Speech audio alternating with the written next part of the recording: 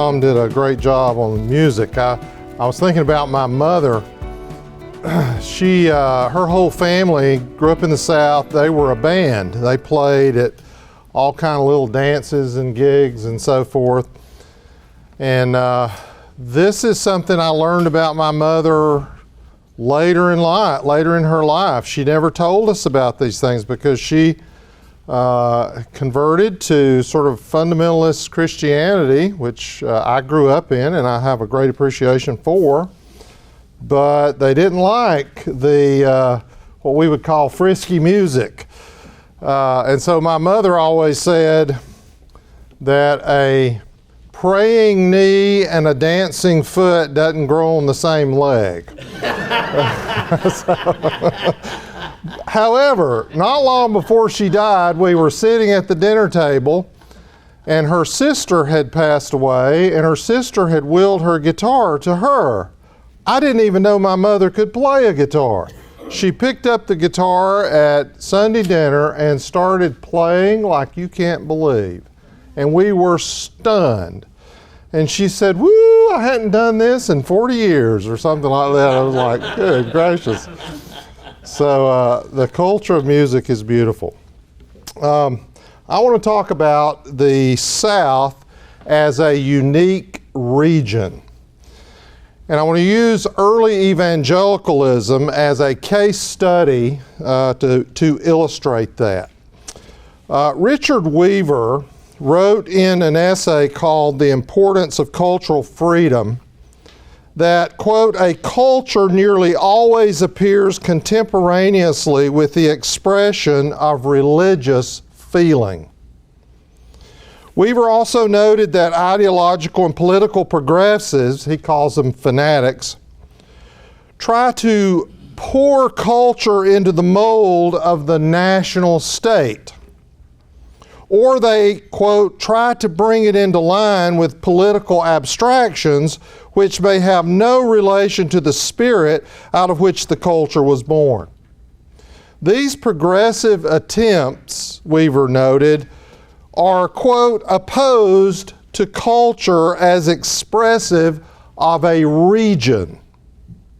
Even though all cultures, these are his words, all cultures are necessarily regional. And in this article, he points out, some key things. One, that religion goes hand in glove with culture. And that all culture is necessarily regional. And progressives are ever on a quest to remold regional culture or cultures into a unitary culture or a unitary state. And sometimes they will try to do that by force if necessary. The question is, how can small regional cultures keep those powerful forces at bay? A first step is to study the dynamics of regional cultures. Weaver goes on to say, quote, "we are not equipped to oppose their attempts without a fuller understanding of the essential nature of culture." And one of the most important elements of culture is that it is regional. He goes on to say, "a culture is born expressive of a place and a time, a mood. A culture is like an organic creation in that its constitution cannot tolerate more than a certain amount of what is foreign or extraneous. Unless a culture can maintain its own right to its own choices, its own inclusions and exclusions, it will cease." Now, as a historian of Southern religion, I have long been interested in the question of how conservative evangelical Christianity, and I want to emphasize conservative evangelical Christianity. I'm not talking about just evangelicalism in the sense that we're hearing so much about today and the progressive evangelicals and the evangelical elites and so forth. I'm talking about conservative evangelical Christianity. I am interested in how it has lasted so long, especially in the backcountry regions of the South. How has that happened? If you go through rural America, the rural South, the backcountry South, you will still see many churches, conservative evangelical churches with a beautiful culture still intact. I'm convinced that the difference in America is not so much liberal and conservative as it is urban and rural. I think if you look at election maps, you can see that the urban areas are the liberal progressive areas, the rural areas are generally the much more conservative. In fact, I believe an argument can be made that conservative evangelicalism is a key stabilizer of Southern culture, especially in the backcountry regions.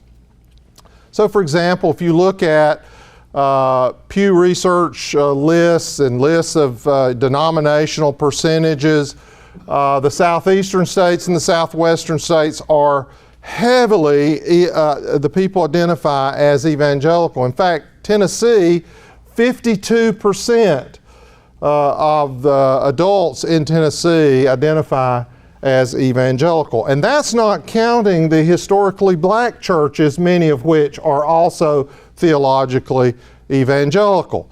So it has a strong presence in the South, especially the Southeast.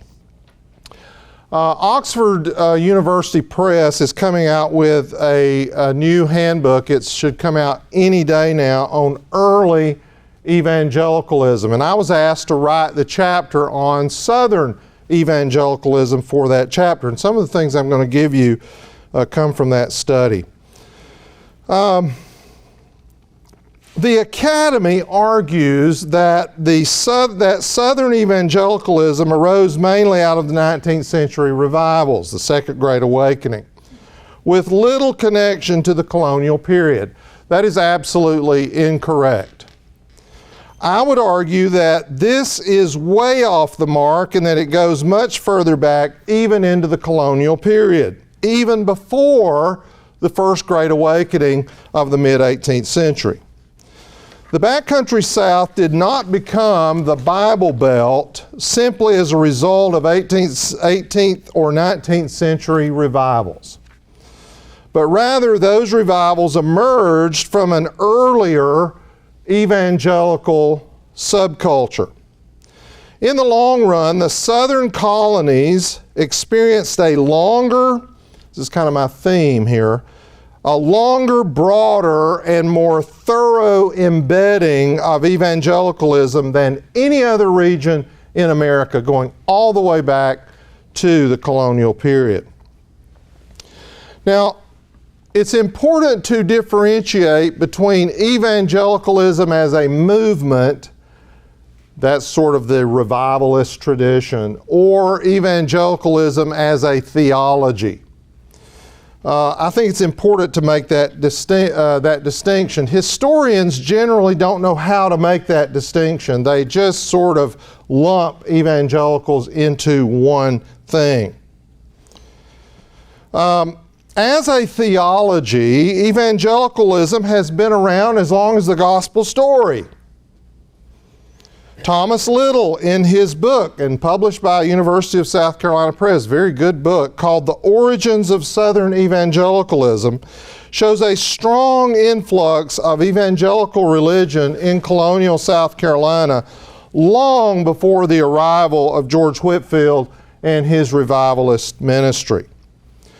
Whatever evangelicalism is, as a movement, evangelicalism was and is a religion of the people. It constantly clashed in the colonial period with establishment religions such as the Anglican Church or with other perceived nominal expressions of faith, or any other expression that did not emphasize that all men are equal before the bar of God, equally sinners before the bar of God. One does not need to reflect long on this doctrine to understand that its potential as a vanguard through which to challenge authority, both religious and political, can be had. Scholars have pointed out that the First Great Awakening, for example, was sort of a dress rehearsal for the American Revolution.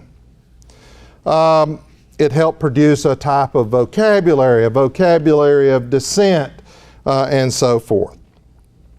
But it was very populist as well, and I'll talk about that a little bit later. Now, in this article that's coming, or this chapter that's coming out with Oxford, the Oxford Handbook, I show different evangelical groups that came into the colonial South early on, including Puritans, a lot of Puritan. Dorchester, South Carolina was a Puritan community. Anglicans, and then later, of course, Methodists. French Huguenots, very evangelical in their theological doctrine. German pietists that came into South Carolina and into Georgia. I talk a lot about Baptists. Let me give you, since I grew up a Baptist, let me give you a little taste of that. English Baptists in the 1600s felt a natural attraction to religious liberty. They were, after all, adherents of early Baptist John Smith's teaching that individual Christians are like kings in the church. South Carolina's founding charter, the Fundamental Constitutions, lured Baptists to the colony. This document advanced ideals of religious liberty rarely seen anywhere in the world, stressing that, quote, no person whatsoever shall disturb, molest, or persecute another for his speculative opinions in religion or his way of worship. It was very open. Now, it did have a clause there, accepting Catholics. So I'll make sure I'll throw that in there. Can you talk more about that, about the Catholics? Why were they sent there? European wars, the religious wars, trying to stay away from those religious wars would be one thing. Baptists did not automatically enjoy their desired freedoms in America. As you know, if you've studied Baptist history, you know the persecutions that a lot of Baptists faced, especially from Puritans and Virginia Anglicans. They faced much opposition, sometimes rivaling experiences they had had in the Old World. As a countermeasure, they tended to push the envelope more than most, even to the point of open defiance. As one historian noted, Baptists, quote, managed to attack most of the underpinnings of colonial order. And you can really see this in Virginia with people like Samuel Harris, James Ireland, and others. North Carolina saw a significant influx of separatist Baptists starting in the 1750s. Shubal Stearns and his brother-in-law Daniel Marshall moved from Connecticut to the Sandy Creek region of North Carolina near Greensboro and founded the Sandy Creek Baptist Church. This congregation grew rapidly, spawning many other congregations that spread out through Virginia, the Carolinas, and Georgia. I also talk about Presbyterians. The Scots Presbyterians immigrated mostly to Pennsylvania and the Carolina backcountry. These borderland immigrants sought to get as far away from centers of authority as possible. What Scots minister and early South Carolina historian Alexander Hewitt said of New England Puritans could just as easily be said of these Scots Presbyterians, that they, quote, comforted themselves with the thoughts of being removed far out of the reach of tyrants. Through immigration and evangelization, Presbyterianism grew rapidly in the South. It is remarkable to note that as early as 1710, Presbyterians and French Protestants, and sometimes they were coupled together, made up 45% of South Carolina's white population. More than the established Anglicans, which was 42.5%. So there were more Presbyterians and French Protestants in South Carolina in 1710 than there were Anglicans. In 1718, the Archbishop of Ireland noted an, quote, an unaccountable humor driving people to the plantations in America. An important side note, throughout the colonial period, Anglicans never enjoyed a majority of the population over dissenters in South Carolina. Never. Yet we think, the Anglican Church was the established church.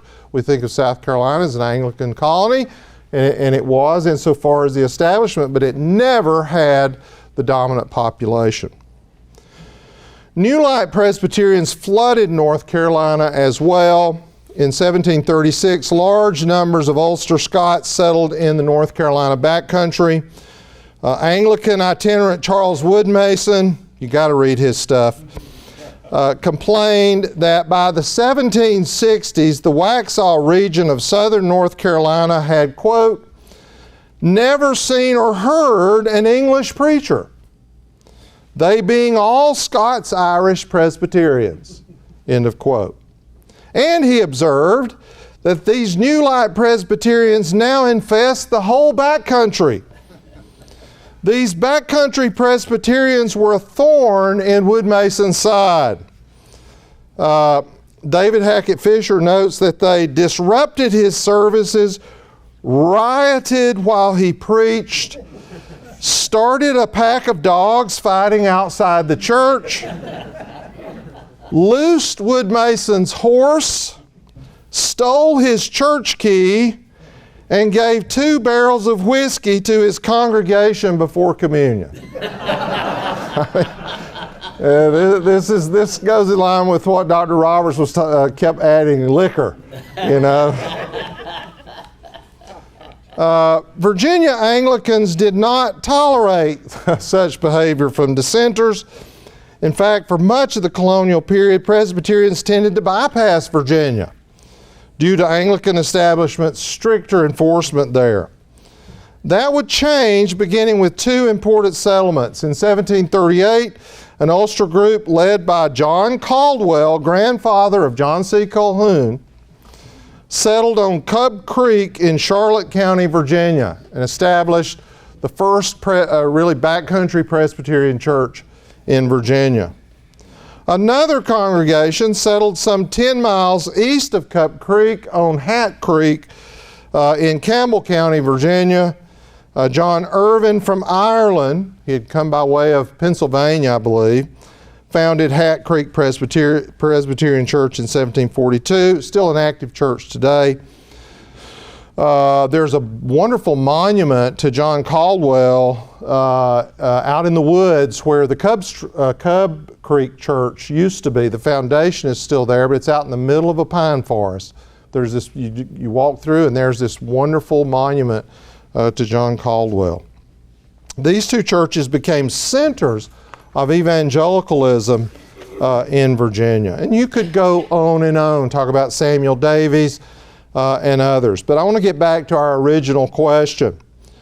How did conservative evangelical Christianity last so long in the backcountry regions of the South? And how has it been such a powerful informant on the overall shape and direction of Southern culture? And I truly believe that it has. I believe that a unique scaffolding of 3 geographical and cultural touch points help explain, at least in part, this regional phenomenon. 1, the South provided an open and primitive-like space for these people to populate.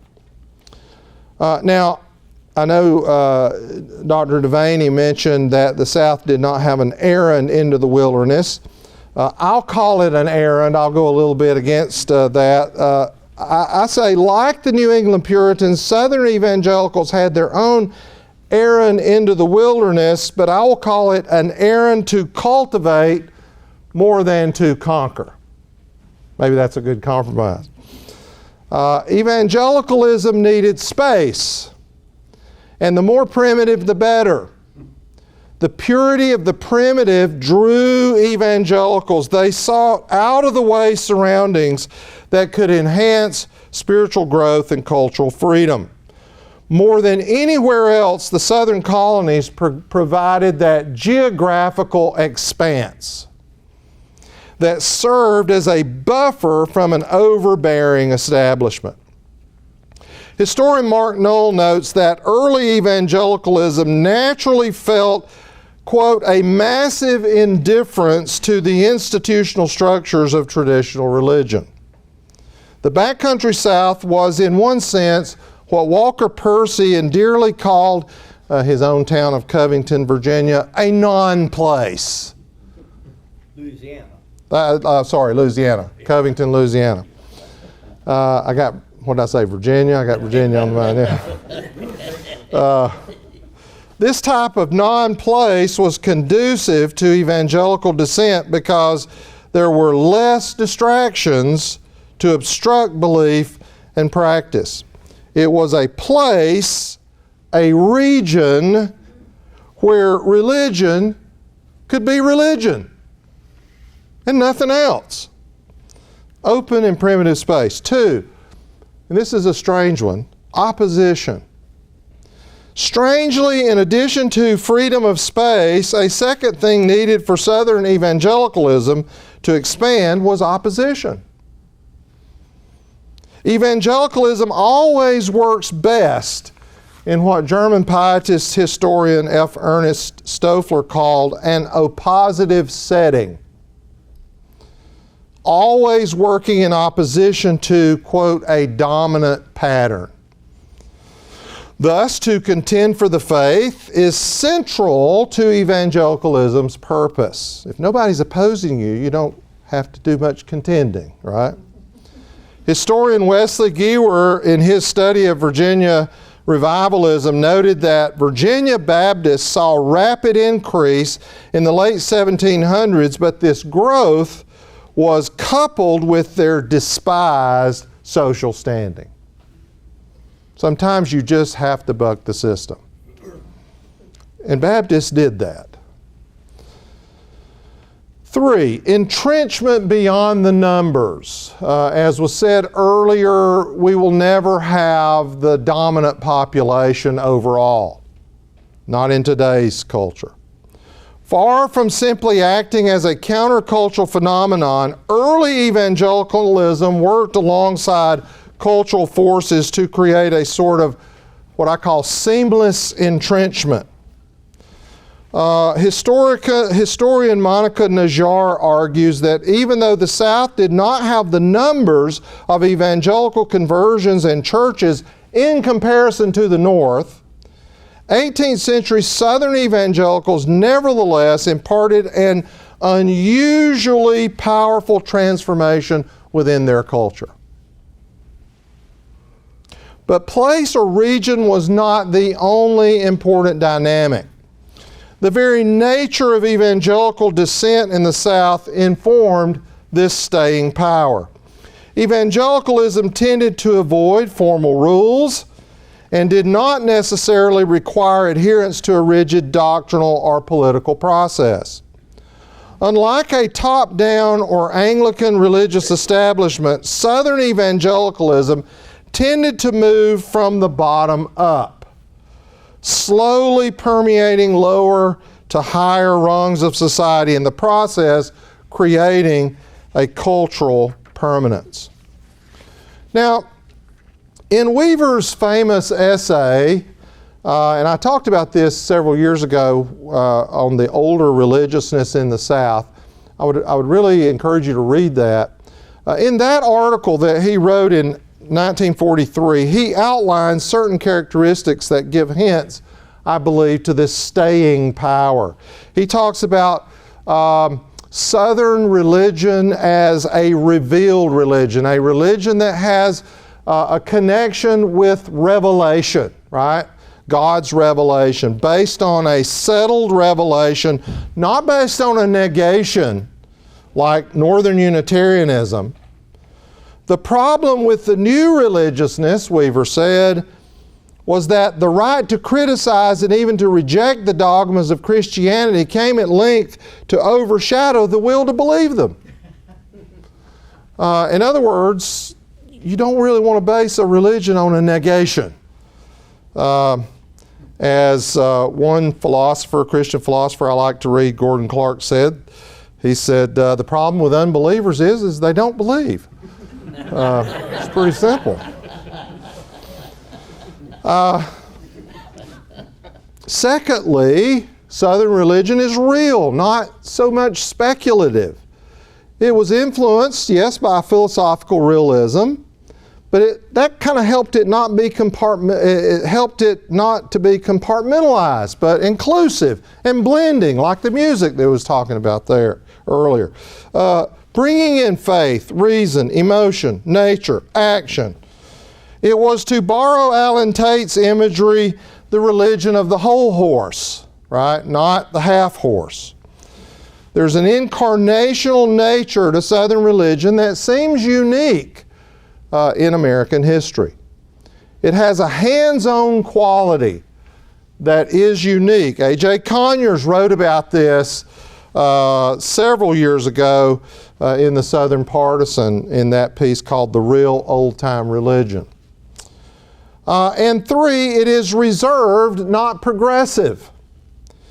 Thus, it understands its role. It's religion, not politics. It's religion, not government. It's not given to force compliance on the receiving end, nor is it prone to centralized dominance on the giving end.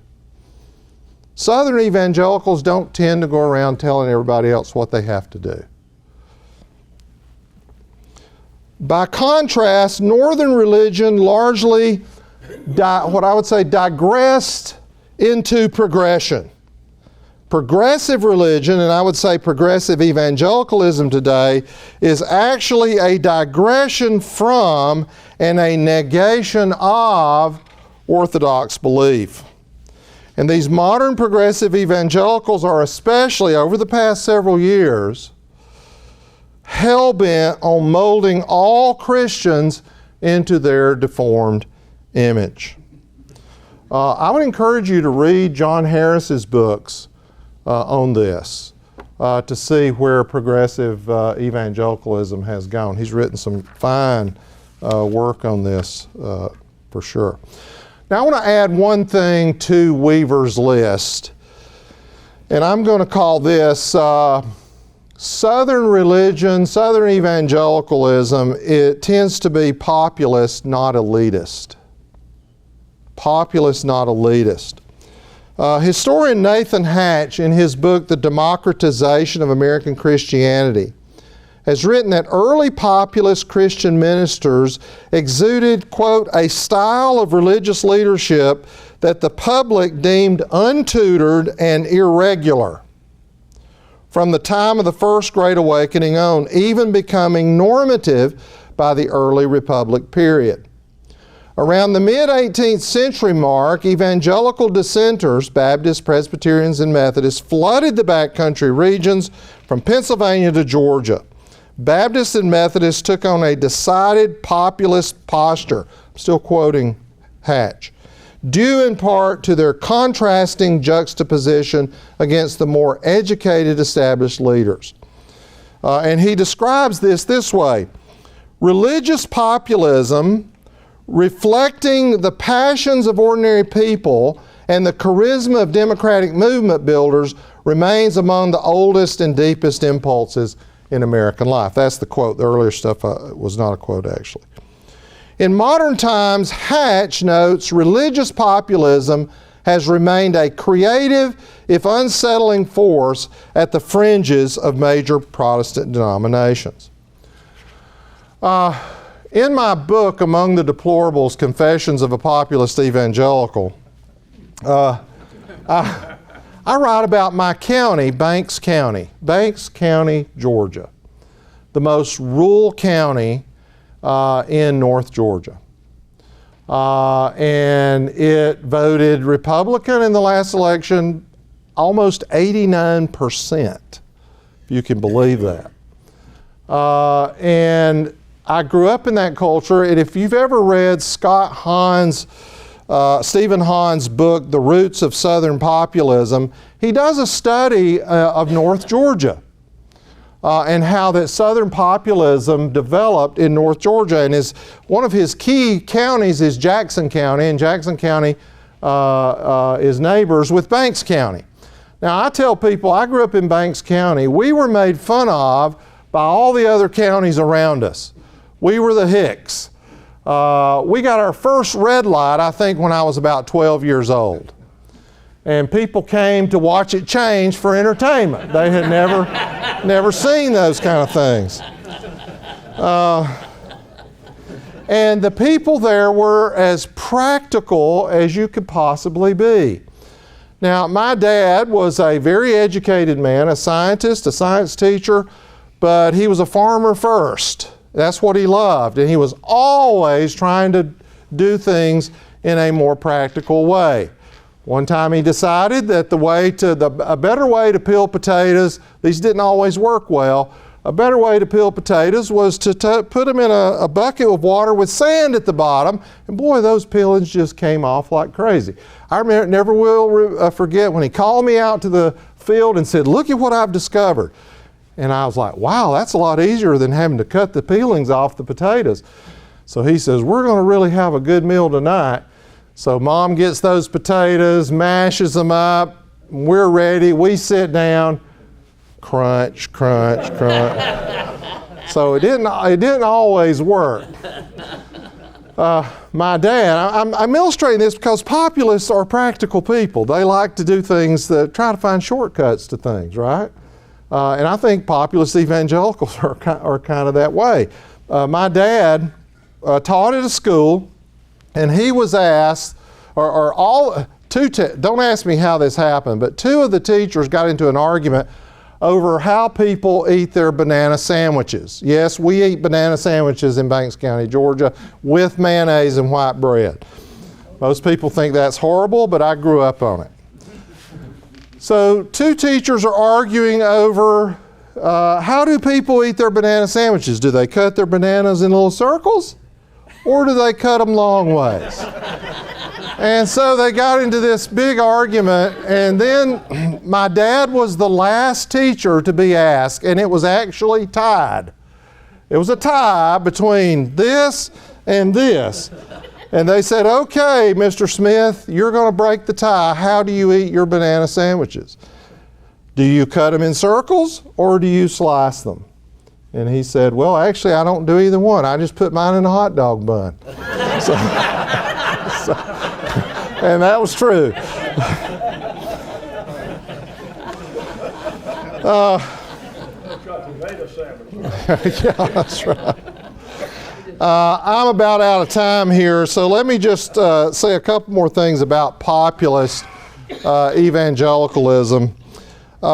Catholic writer Matthew Schmitz noted that evangelicalism has always been a populist movement, and its piety has always been closely tied to suspicion of religious and political elites. Professor Clyde Wilson has noted, and this is in his article, American Populism and the Power of the State. You can read it on the Imaginative Conservative. Dr. Wilson noted that populism rested not upon an agenda of the future, but upon a vision of a past golden Jeffersonian age of widespread private property and limited government, and simply old-fashioned American republicanism. In its core, though, Dr. Wilson shows, quote, "Populism is not an agenda from a political or social class, but more specifically," he said, a reluctant impulse of self-defense. This impulse led populists in various areas, Wilson noted, to protect their people from oppressive officials. Dr. Wilson also sees the unique connection of populism with Christianity. Populism rises, he wrote, when millions of decent, sincere, often simple Christians have been provoked into action by militant obscenity, blasphemy, and atheism, not to mention wholesale child murder, invading the public sphere and officially sanctioned by the ruling elite. End of quote. Populists, especially populist evangelicals, simply will not tend to sit idly by and watch these things happen. And if you don't believe me, not to get political, but if you don't believe me, just look at the Trump rallies. That's where you see a lot of these are populist evangelicals who are fed up with what has happened in their country. I go on and I talk about how that populism is a federalist movement. Dr. Kerry Roberts said something one time, I made sure to write it down. He said that populism is the social application of political federalism. It really is, division of power. It has a two kingdoms theology focus where it understands the city of God and the city of man. It understands, as what Luther called God's left hand and God's left hand and right hand.